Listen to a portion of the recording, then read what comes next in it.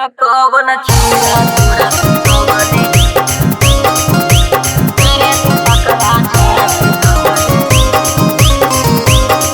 अनुवाद तेरा Music by Tiansu Singh. Music by Tiansu तेरे Singh. पकड़ा छोरा सुतवले अगे सच्चे सच्चे बतावे गे छौरी आजू के बतिया गे।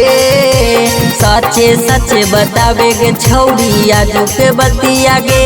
कवन छौरा हलो सुतवले तोरा आजू के रतिया गे। कवन छौरा हलो सुतवले तोरा आजू के रतिया गे। सभे तोरा बतावहियो आजू के बतिया रे। सभे तोरा बतावहियो आजू के बतिया रे। हेरे रोशनमा छोड़ा सुतावले हल आजू के रतिया रे। हेरे राहुलवा छोड़ा सुतावले हल आजू के रतिया रे। कवन छौरा हलो सुतवले तोरा आजू के रतिया गे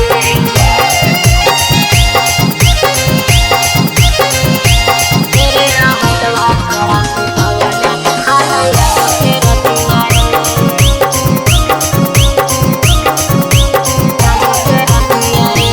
हाँ हाँ कवन कवन छौरा संगे होलो मामला सेट गे। रोजे रोजे करो हठी छौरन के बेट गे। लेके गेल छौड़ा हमरा सरसों के खेत रे।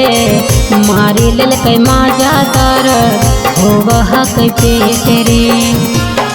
अगे रोजे रोजे घूमो हठी छौरी तो हटिया गे। रोजे रोजे घूमो हठी छौरी तो हटिया गे। तो कवन छौरा तोरा सुतवले हलो आजू के रतिया गे।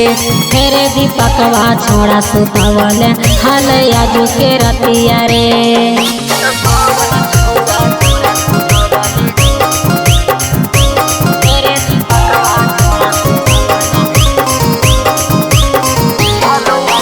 Music by Tiansu Singh. Music by Tiansu Singh.